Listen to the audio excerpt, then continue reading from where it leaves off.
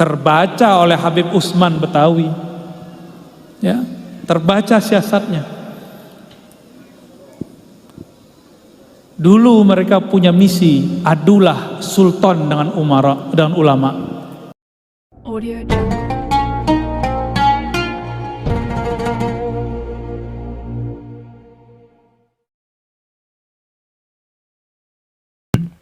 Assalamualaikum warahmatullahi wabarakatuh.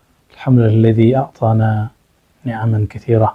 Walhamdulilladzi a'tani wa iyyakum al-kautsar fa amarna bis-salati wan-nahar.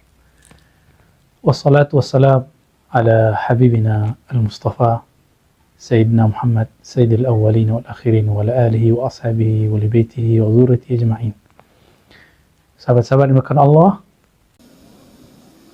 itu cerita kisah hakiki yang terjadi di zaman-zaman sebelumnya.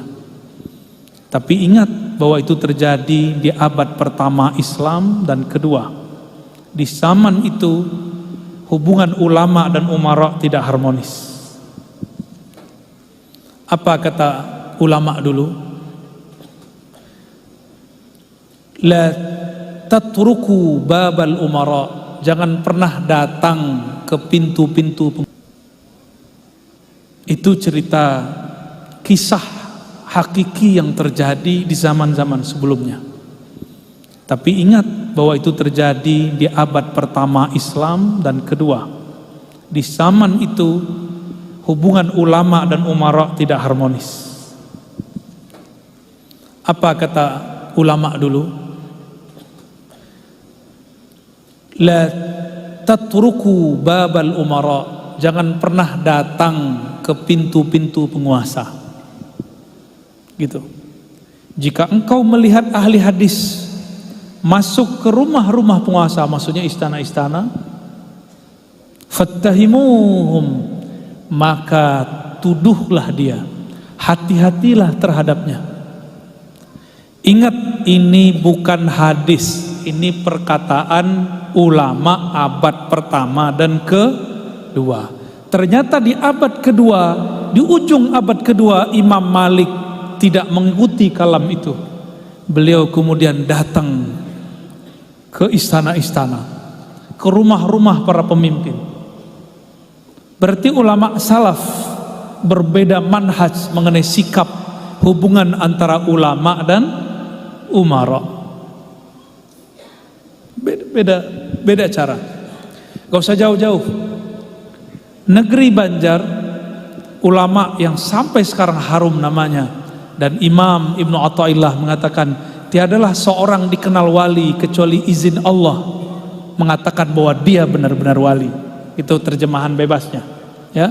Jadi kalau ada orang dimasyhurkan sebagai wali,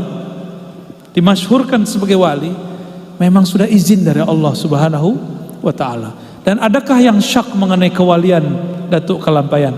Ada enggak? Beliau sejarah hidupnya besar di istana. Benar. Besarnya di istana. Belajar Quran di istana. Tuh udah beda lagi dengan Imam Bukhari itu. Kemudian beliau yang nama kecilnya Sayyid Ja'far. Sayyid Ja'far ini dibeasiswakan belajar nyantri di Makkah. Benar. Siapa yang kemudian membiayai? Kerajaan, kesultanan. Pulang-pulang jadi ulama, jadi wali, jadi ulama. Makom kewaliannya kemarin kita sudah baca malam tadi, ya, kitab Kanzul Ma'rifah. Kita baru baca 2/3 guru, ya. Alhamdulillah, tabarukan, ya. Bukan mengajarkan tapi sekedar membedah, ya. Berarti sejarah negeri ini hubungan umara dan ulamanya baik. Sebelum ini di Aceh ada Samudra Pasai, ada kerajaan Aceh, macam-macamnya, sampai kita lupa namanya. Setiap raja ada Syekhul Islam sebagai mufti dan penasihatnya. Selalu ada. Berarti negeri ini dulu dibangun dengan kemesraan ulama dan umara. Ya. Tapi boleh nggak ulama beda umara? Boleh nggak? Boleh. Tapi kayaknya bukan guru. Saya punya mursyid Thariqah Samaniyah, dulu pengkritik di zaman Soeharto. Khutbah siang hari, malam hari dijemput tentara. Tapi si tentara jadi muridnya. Jadi cuma 2 jam 3 jam pulang, diantar pulang. Cium tangan. Ulama pemberani. Lalu kita datang kepada salah seorang guru kita. Guru kita mengatakan, ulama mesti merangkul umara. Ternyata ini diambil dari kalam Imam Malik. Tapi kalau beda coblosan boleh nggak? Boleh nggak? Saya mau tanya, di zaman Nabi ada nggak orang nyoblos? Nggak ada. Berarti ini tidak diatur oleh agama kan? Ya. Kenapa sekarang ada orang menganggap beda coblosan beda iman? Ini akan terjadi lagi, dan saya takut 2024 ini tambah parah. Maka saya berharap para habaib, para ulama, mohon umatnya didewasakan, dikuliahkan bab ahlus sunnah wal jamaah mengenai tentang siyasah. Apa kata Imam Al-Juwaini dalam kitab Al-Ghiyasi? Jika dalam bab ibadah, bahkan dalam bab akidah ada mazhab berbeda-beda, apalagi dalam bab muamalat. Jika dalam bab muamalat orang berbeda-beda, apalagi dalam bab imarat, bab siyasah. Lalu kapan muncul orang-orang yang kemudian menganggap beda politik, beda iman? Itu terjadi setelah Sayyidina Ali mengalah dari Sayyidina Muawiyah. Orang yang tadinya simpatisan Sayyidina Ali, ingat-ingat, nih hati-hati nih para pemimpin, para guru, para ustadz. Orang yang senang sama kita sekarang belum tentu senang sama kita selamanya. Dulu puja-puja Sayyidina Ali karamallahu wajhah. Ketika Sayyidina Ali ngalah, apa kata kelompok ini? Ali berhukum bukan dengan hukum Allah, fahuwa kafir. Ali dikafirkan oleh simpatisannya. Sekarang terjadi? Terjadi. Ya.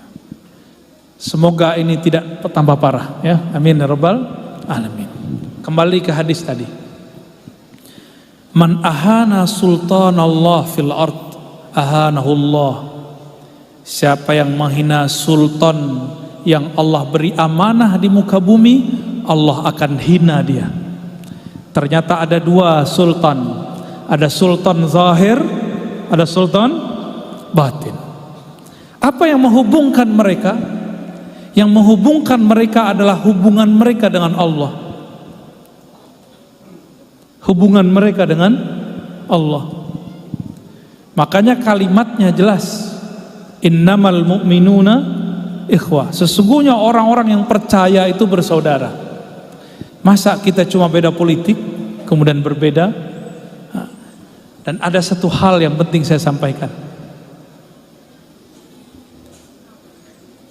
Seorang ulama butuh tameng dalam dirinya supaya tidak menjilat kepada umara. Umara perlu tameng dalam dirinya supaya tidak menjadi pencitraan. Apa tameng itu? Itulah yang dikatakan dalam hadis qudsi, la ilaha illallahu hisni. Siapa yang melazimkan baca la ilaha illallah, dia telah mendapatkan bentengnya Allah Subhanahu wa ta'ala. Kita usut-usut ulama-ulama yang pemberani dari dulu, tidak takut kepada umara, seperti Izzuddin bin Abdissalam.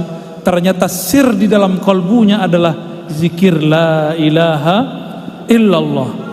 Dalam hatinya ada makna, tiada yang berkuasa kecuali Allah, Tiada yang abadi kuasanya kecuali Allah. Kalau presiden paling cuma 5 tahun, gubernur paling cuma 5 tahun, syukur-syukur terpilih 2 kali 10 tahun, tapi Allah tidak pernah berhenti kuasanya. Ini penghubung mereka. Itulah sebabnya kenapa umara yang di dalam hatinya ada nurullah, nur Muhammad Rasulullah SAW, juga tahu aku harus punya tameng ini karena kekuasaanku cuma 5 tahun tambah 5 tahun atau cuma berapa tahun. Ada yang sebelum 5 tahun sudah turun, ya benar.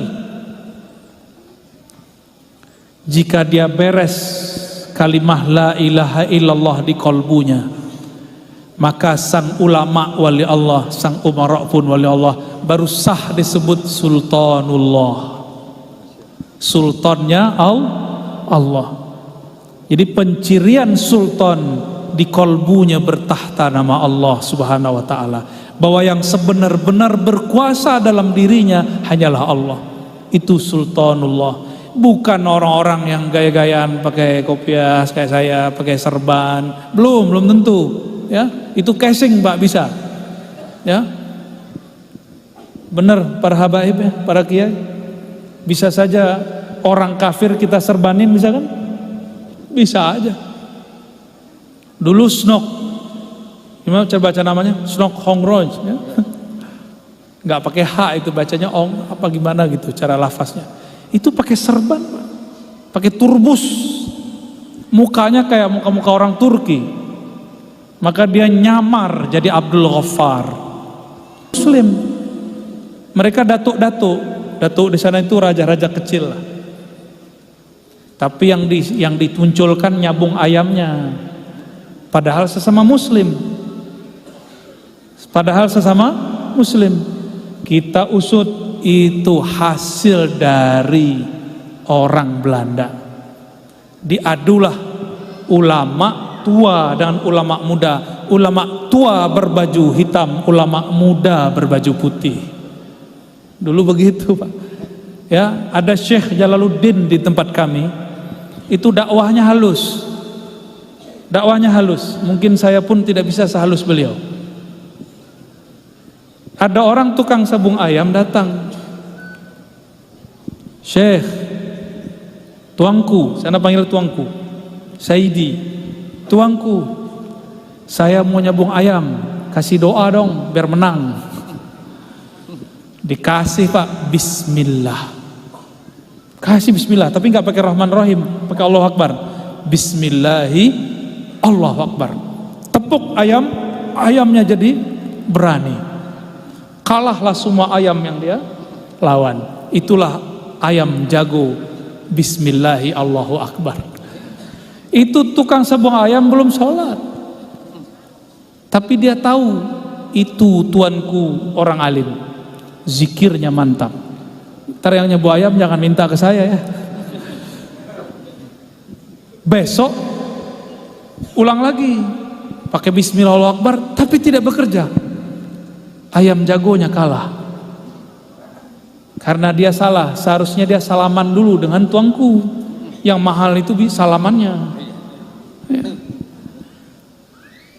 Akhirnya sorenya dia datang. Tuangku Syekh Jalaluddin, saya sudah baca bismillah Allahu Akbar hari ini, tapi kalah. Oh, ada kurang satu. Apa kurang? Zikir syahadat. Gimana cara bacanya? Ayo, jabat tangan, baca syahadat, Pak. Asyhadu an la ilaha illallah asyhadu anna Rasulullah. Diterjemahkan, masuk Islam lah orang itu hari itu. Dia nyabung ayam lagi? Enggak, sudah nangis, Pak. Udah lupa dengan sabung ayam. Begitu mereka halusnya. Kalau saya nggak berani begitu. Ya. Mereka disebut kaum padri awal, sampai kemudian muncul kaum padri yang muda. Ya. Jadi siapakah yang disebut sultan? Orang yang di dalam kolbunya bertahta nama Allah Subhanahu wa taala. Dan dalam kitab yang kita baca malam tadi, Syekh Muhammad Arsyad Al-Banjari mengatakan, jika engkau baca la ilaha illallah seperti tadi, itu kan indah itu ya. Itu orang kalau di kolbunya ada nama Allah pasti merinding. Kalau enggak cuma Bagus ya suaranya, tapi gitu doang. Nggak ada hunjamannya di kolbu. Ya. Kata beliau, orang baca la ilaha illallah, dia mesti meyakini di kolbunya bahwa alam semesta ini tiadalah hakikatnya kecuali diwujudkan oleh Allah Subhanahu wa ta'ala. Tapi itu bahasa halus. Ada bahasa yang lebih vulgar lagi. Saya dulu belajar Thariqat Syattariyah. Saya tanya kepada guru, supaya zikir la ilaha illallah ini mantap di thariqat ini, paling ujung, paling mantap, paling cepat merasakannya bagaimana? Ini boleh dipakai ya, karena ini sudah ditulis di kitab-kitab. La ilaha illallah. Ini jangan salah paham, ini pelan-pelan kita terjemahin. La ilaha, meniadakan tubuh kasar. Illallah, hanyalah Allah di dalam batin. Masih kurang paham kan? Nah, kita tambahin lagi penjelasannya. La ilaha, tiadalah daging, tiadalah tulang, tiadalah darah, tiadalah rambut, tiadalah kulit, tiadalah tubuh. Tiada, habis. Illallah, kecuali semuanya itu diciptakan, dihembuskan oleh Allah Subhanahu wa ta'ala. Gitu. Sehingga ketika kita berzikir la ilaha, terpandang tubuh yang kasar, illallah dihunjamkan ke dalam kolbu, barulah bertahta nama Allah. Orang yang seperti ini, dia tidak akan menyekutukan Allah lagi dengan air, tidak akan menyekutukan Allah lagi dengan makan, atau asbab air dan makan, yaitu duit. Karena la ilaha illallah. Tapi ada yang salah faham. Apa kata mereka? Tiadalah daging, tiadalah tanah, tiadalah apa? Urat, tiadalah darah kecuali Allah. Tubuhnya jadi Allah. Ini pelajaran awal ahlu sunnah aja salah itu. Di akidah Ahlus Sunnah, Allah laisa bijismin, Allah bukanlah jisim, laisa kamislihi syai'. Maksud tuan guru kita dulu, tiadalah ada dagingmu, tiadalah ada darahmu, tiadalah ada kudrat iradatmu kecuali dengan Allah Subhanahu wa ta'ala. Bukan jadi Allah pian. Ya. Namun ada orang lagi sakar mabuk, dia tidak, yang dia lihat hanya Allah, tapi orang melihat dia menyebut dirinya Allah. Itulah yang terjadi pada guru Abdul Hamid, ya, Abulung ya, Syekh Siti Jenarnya Banjar kan beliau, atau Halatnya Banjar.